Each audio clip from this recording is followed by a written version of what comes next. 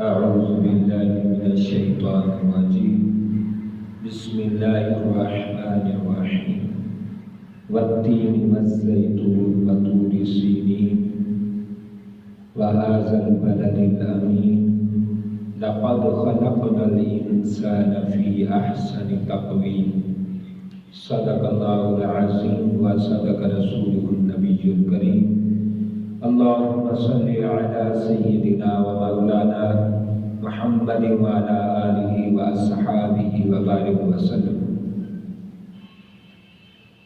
پیارے دوستو، آج کی گفتگو قرآن مجید کی حوالے سے کرنا چاہتا ہوں۔ دعا فرمائیں رب لم یزل حق گویائی کی توفیق بخشے، اللہ پاک عمل کی دولت سے مالا مال فرمائے اور توفیق کی نعمت سے اللہ سرفراز فرمائے۔ احباب ذی وقار، میں ترجمہ قرآن شروع کرنے سے پہلے ہی آپ کو خلاصہ بتا دوں کہ آج کی گفتگو انسان کی عزت و احترام کے حوالے سے ہے۔ انسان کی عزت و احترام، رب نے انسان کو کتنی عزت بخشی، کتنی عظمت بخشی۔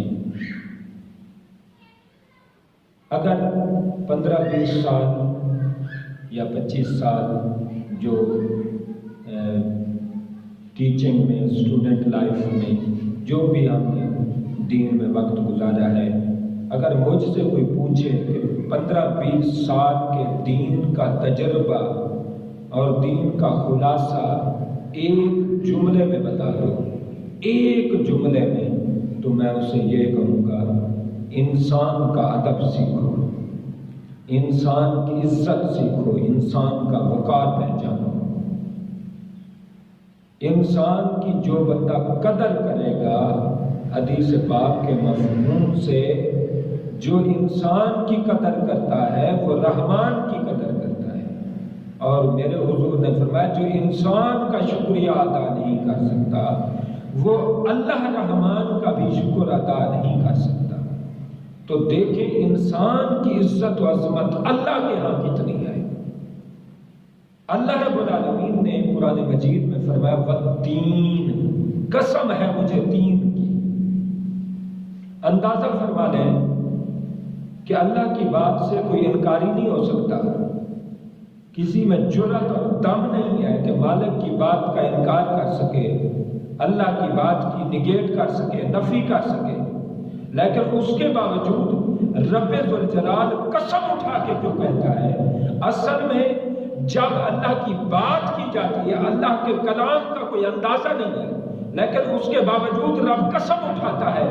مالک تو قسم کس لیے اٹھاتا ہے؟